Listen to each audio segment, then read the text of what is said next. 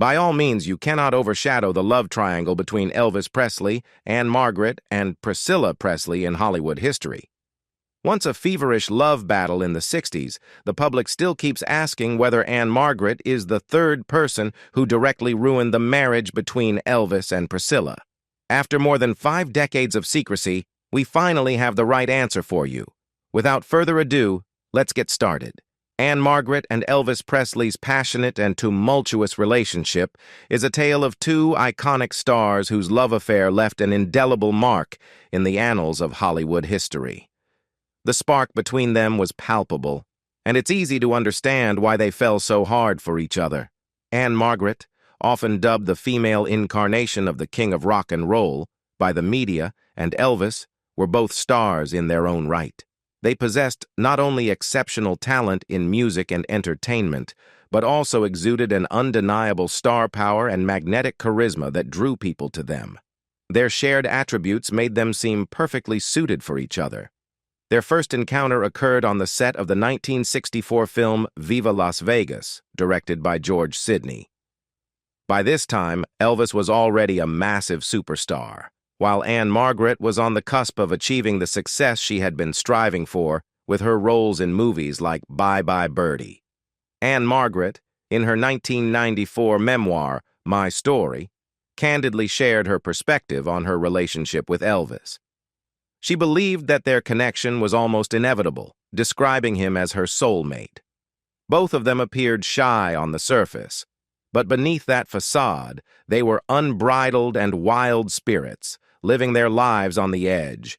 Despite their immense fame and meteoric rise to the top, they remained childlike and emotionally dependent individuals. However, their striking similarities also gave rise to tensions. Elvis had conservative, old-school ideas about concepts like marriage and gender roles, which clashed with Ann-Margret's assertive and career-focused approach. This discord became evident during the filming of Viva Las Vegas, where rumors circulated that Elvis harbored professional jealousy towards Ann-Margret.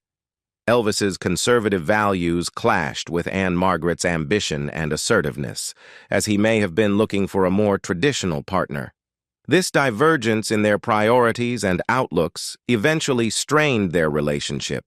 In the mid-1960s, Elvis Presley found himself in a complex romantic entanglement involving women. Priscilla Beaulieu, while still being ambiguous with Ann-Margret.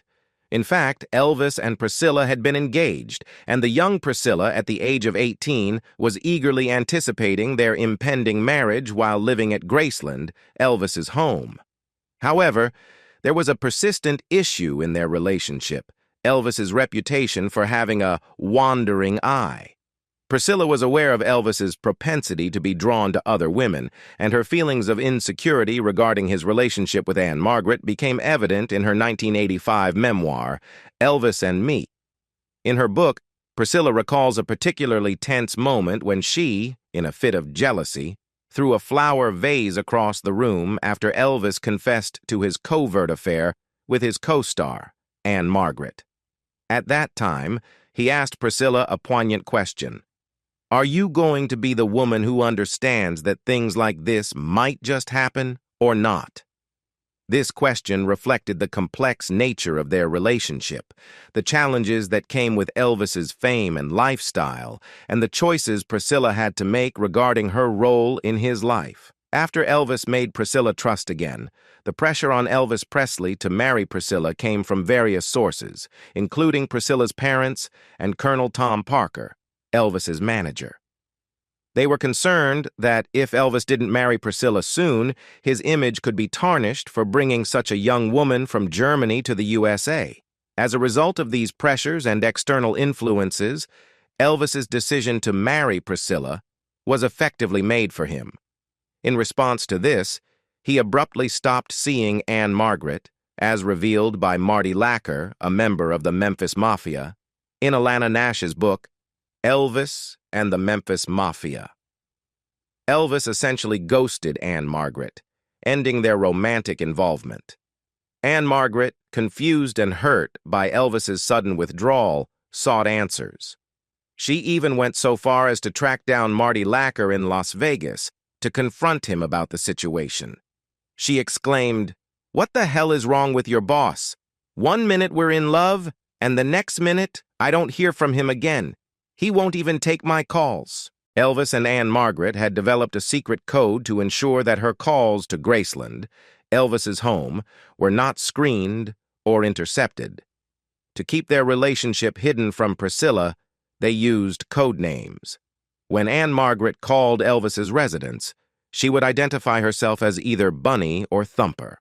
Marty Lacker explained that Elvis had a tendency to cut off relationships in this manner, stating that it was the way Elvis did things, and suggesting that it was a weakness of his character. This method of abruptly ending romantic involvement contributed to the eventual breakup between Elvis and Ann-Margret, as their relationship couldn't withstand the pressures and complexities surrounding Elvis's engagement with Priscilla and his image as the king of rock and roll. Christmas 1966 held a heartwarming and surprising moment in the relationship between Elvis Presley and Priscilla Presley. It was on this festive occasion that Elvis decided to take a significant step in their relationship by proposing to Priscilla. Priscilla recalled the moment with fondness in a 2017 interview on NPR's World Cafe program. She described it as a complete surprise. Elvis, in a classic romantic gesture, got down on one knee with a special gift hidden behind his back. He asked Priscilla to close her eyes, which she obediently did. When he instructed her to open them, he revealed a beautiful engagement ring, symbolizing his intention to make her his wife. This proposal was a memorable and sentimental moment in their relationship, demonstrating Elvis's commitment to taking their partnership to the next level. The engagement ring served as a tangible symbol of their love and commitment to one another. In a 1973 interview with Ladies' Home Journal, Priscilla offered insights into her perspective on marriage at the time. She explained that she hadn't been particularly enthusiastic about the idea of getting married. However, societal expectations and norms played a significant role in her decision to accept Elvis's proposal. Priscilla recognized that even though they were perfectly content with their relationship the way it was, living together without the formal institution of marriage was not seen as socially acceptable during that era. However, after Priscilla accepted Elvis's proposal, he considered the idea of sending Priscilla back to Germany for a cooling-off period as their wedding date approached in 1967. However, Elvis's manager, Colonel Tom Parker, intervened and pressured Elvis to go ahead with the marriage to Priscilla. Ann-Margret was not oblivious to the predicament and understood that her affair with Elvis was unlikely to last, given his engagement to Priscilla. Despite Elvis being upfront about his commitment to Priscilla, Ann-Margret chose to continue the relationship, which placed her in a confusing situation. As the planned wedding date with Priscilla neared, Elvis and Ann-Margret continued to see each other occasionally. Their relationship endured for nearly a year. However, both parties eventually realized that it was time to put an end to their affair. They mutually agreed to slow things down, acknowledging that Elvis needed to fulfill his promise to marry Priscilla. With the passing of time, Elvis gradually stopped returning Ann-Margret's phone calls. In 1967, he married Priscilla, as they had originally planned. Meanwhile, Ann-Margret also walked down the aisle with her longtime fiancé. The relationship between Elvis and Ann-Margret had run its course, as both parties recognized that their love affair was no longer sustainable due to Elvis's commitment to Priscilla. On May 1, 1967, a significant and much-anticipated event took place in the lives of Elvis Presley and Priscilla Presley. They tied the knot in a relatively small and intimate ceremony in Las Vegas, Nevada. At the time of their wedding, Priscilla was 21 years old, while Elvis was 32, making for a slightly notable age difference between the two. The decision to marry was not a sudden one, as Priscilla explained in a 1973 interview with Ladies' Home Journal. She mentioned that she and Elvis had been discussing marriage in stages, indicating that it was a thoughtful and considerate decision. One interesting aspect of their relationship leading up to the wedding was that they chose to wait until they were married to sleep together, reflecting a sense of traditional values and a commitment to their relationship. The wedding itself was a relatively low-key affair, especially considering Elvis's status as a global superstar. It took place in Las Vegas and was remarkably short, lasting only 8 minutes. The only celebrity in attendance was comedian Red Fox, highlighting the couple's desire for a private and intimate ceremony rather than a grand, celebrity-studded event. The wedding cake, however, was a notable indulgence. It was reported to have cost around $3,200 at the time, which is equivalent to approximately $28,022, demonstrating that some elements of their wedding were lavish. The actual ceremony had just 14 guests, emphasizing its private and close-knit nature. Following the ceremony, there was a press conference where Elvis and Priscilla faced the media and then a champagne breakfast for about 100 more guests. This breakfast was organized by Elvis's controversial manager, Colonel Tom Parker, who played a role in managing the details of the wedding event.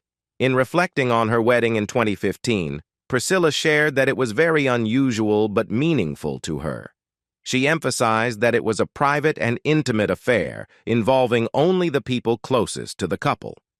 They intentionally avoided a fan club or a circus-like atmosphere, highlighting their desire for a personal and heartfelt celebration of their love. In December 1967, a challenging and unexpected turn of events occurred in the marriage of Elvis Presley and Priscilla Presley. Priscilla was 7 months pregnant at the time, and their life together was about to undergo a significant change. The couple had not planned on starting a family so early in their marriage, as Priscilla revealed in a 1985 interview with the Orlando Sentinel. Initially, they had hoped to spend the first year of their marriage alone together, free from the responsibilities and obligations that parenthood would bring. However, the pregnancy, while not part of their original plan, seemed to initially have a positive impact on their relationship. It brought them closer and solidified their bond, as the impending arrival of their child was a cause for celebration. Unexpectedly, Elvis approached Priscilla with a request for a trial separation, seemingly out of the blue. He told her, "Scylla, I have to have time to think. Things just aren't going right. It'll be good for the two of us to take a little time off, like a trial separation. Be apart from one another for a while." This request came as a shock to Priscilla, and she initially didn't fully understand why Elvis was suggesting such a drastic step, especially at a time when they were preparing for the birth of their child. She later reflected on the situation and came to the realization that Elvis, too, had questions and concerns about how becoming parents would affect their lives. However, this trial separation was short-lived. Just 2 days later, Elvis had a change of heart, and the idea of separating was never brought up again. It was a moment of uncertainty and doubt in their marriage, but it ultimately passed, and they moved forward together, embracing the impending arrival of their child and the new chapter in their life as parents. In early 1972, amidst the backdrop of Elvis Presley's numerous extramarital affairs, Priscilla Presley found herself in an extramarital relationship as well. She became involved with her karate instructor, Mike Stone, and they decided to keep their relationship a secret for approximately a year before eventually revealing it to Elvis. According to Mike Stone, it was Priscilla's choice to inform Elvis about their affair. She waited until she felt confident and secure in her relationship with Mike before disclosing the situation to her husband. This revelation marked a significant and tumultuous turning point in their marriage. The affair with Mike Stone continued for a total of 4 years, during which time the strain on Elvis and Priscilla's marriage became increasingly evident. On February 23, 1972, Priscilla and Elvis officially separated. This date is confirmed by the official divorce papers, which were subsequently auctioned off in 2012, as reported by People. In interviews and discussions about their separation, Priscilla expressed her need for personal growth and self-discovery. In a 1985 conversation with Barbara Walters, she articulated that by leaving Elvis, she was able to find Priscilla. This separation marked a significant period of self-discovery and personal growth for her. Their divorce was officially and amicably finalized on October 9, 1973. Notably, they left the courthouse hand in hand, showcasing an amicable and mutually respectful post-marriage relationship. Both Elvis and Priscilla spoke positively about their post-divorce connection. Priscilla mentioned in a 1978 interview with People that it was as if they were never divorced, maintaining a friendly and loving relationship. Elvis and Priscilla's continued close bond after their divorce had a positive impact on their daughter, Lisa Marie.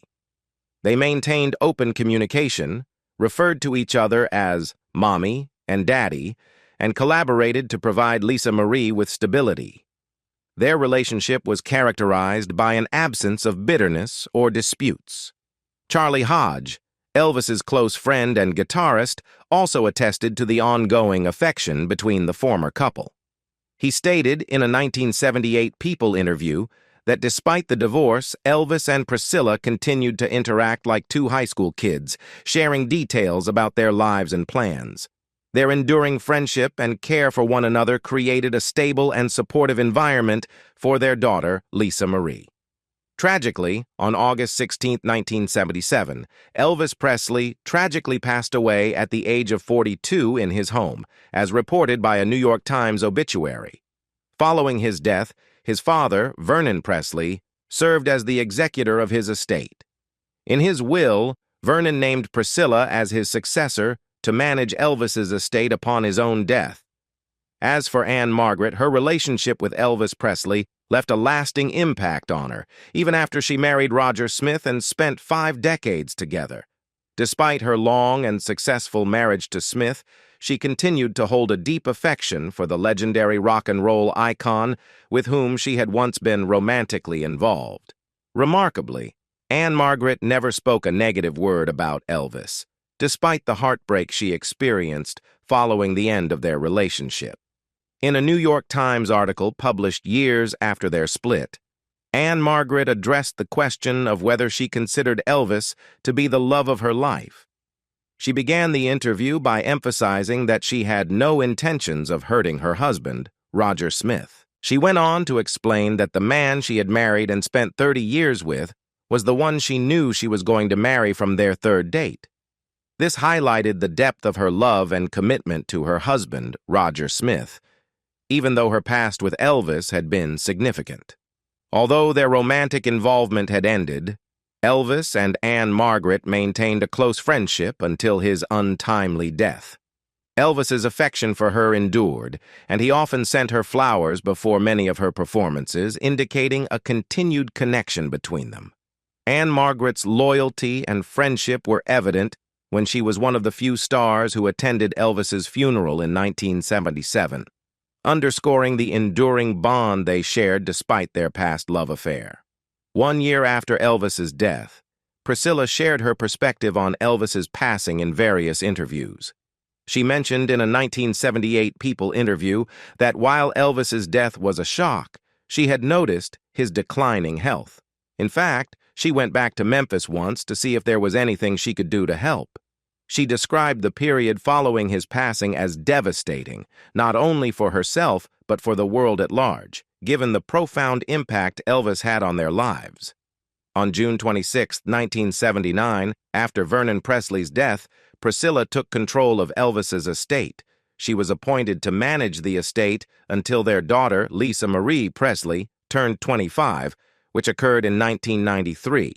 According to a Los Angeles Times report in 1989, Priscilla was informed shortly after Vernon's death that the Presley estate was on the verge of bankruptcy.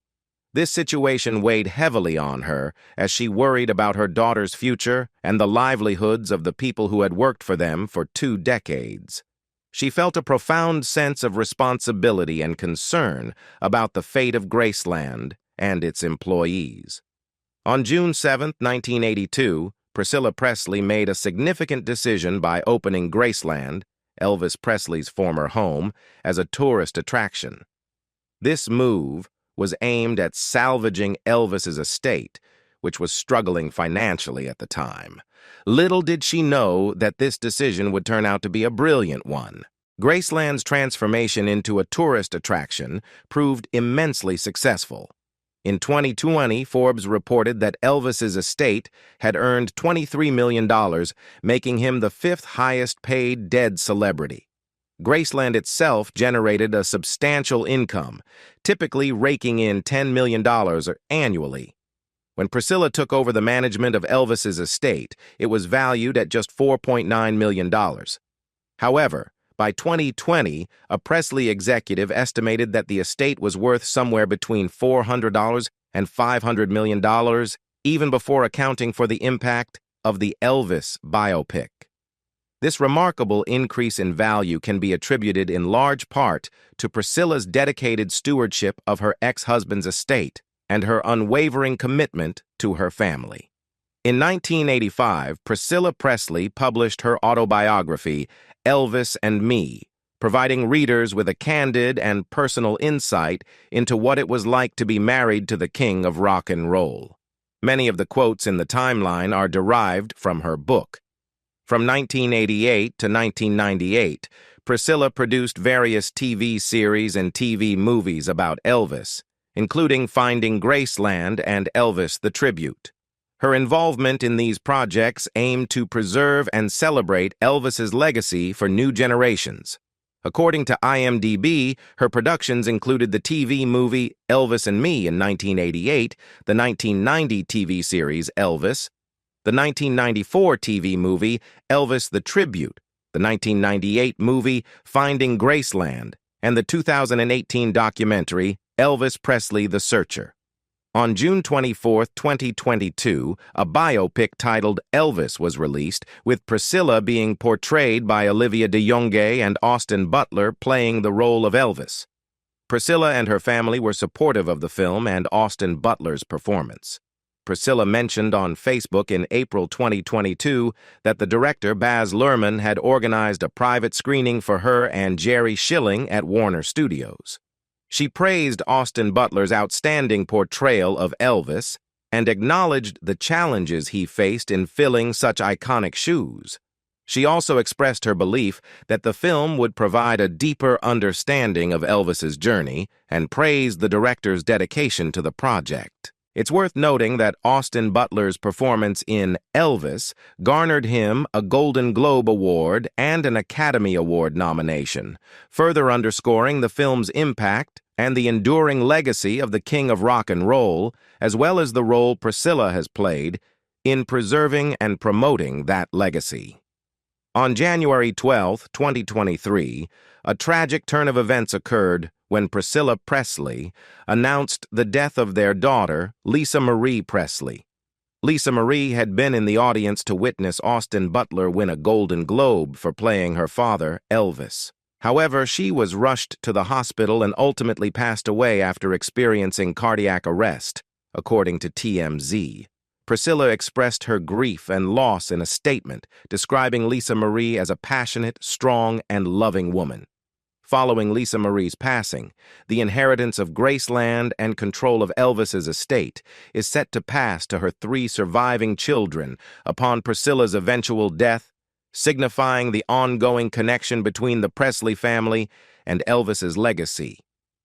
This sequence of events encapsulates the many challenges and changes that the Presley family faced following Elvis's untimely death. What do you think about Elvis's complicated love story with 2 more women, Priscilla and Ann-Margret? Leave us your comments in the section below. We hope you have found this helpful video. Don't forget to leave a like, share, and subscribe to the channel if you like it. Thank you for watching this and see you in the next videos. Goodbye.